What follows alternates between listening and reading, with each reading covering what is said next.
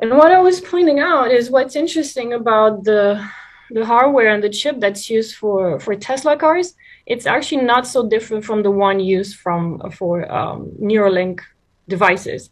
So ultimately, and I'm only suggesting this, I'm not saying that this is happening, but my belief as a neurotech entrepreneur is that ultimately we will be using the same chip to process all the information in industries, so defense, aerospace, automotive, as well as all the brain signals. And actually, the way we will process that information, the way we will look at it, will be very similar in the brain and outside of it.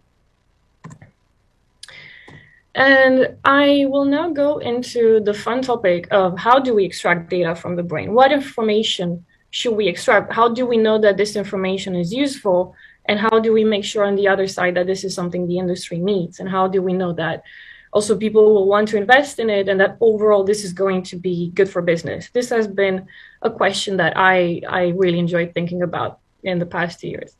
And this is one of my favorite experiments. It's actually an experiment done in the lab of my professors, which received not one, but two Nobel Prizes for this one. And I just wanted to show you today because I think it's really, really beautiful.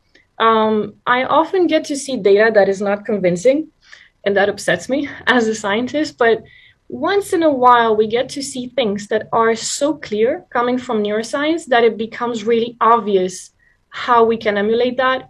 And it makes everything easier because then there are so many other questions that we can come up with, which, by the way, I invite.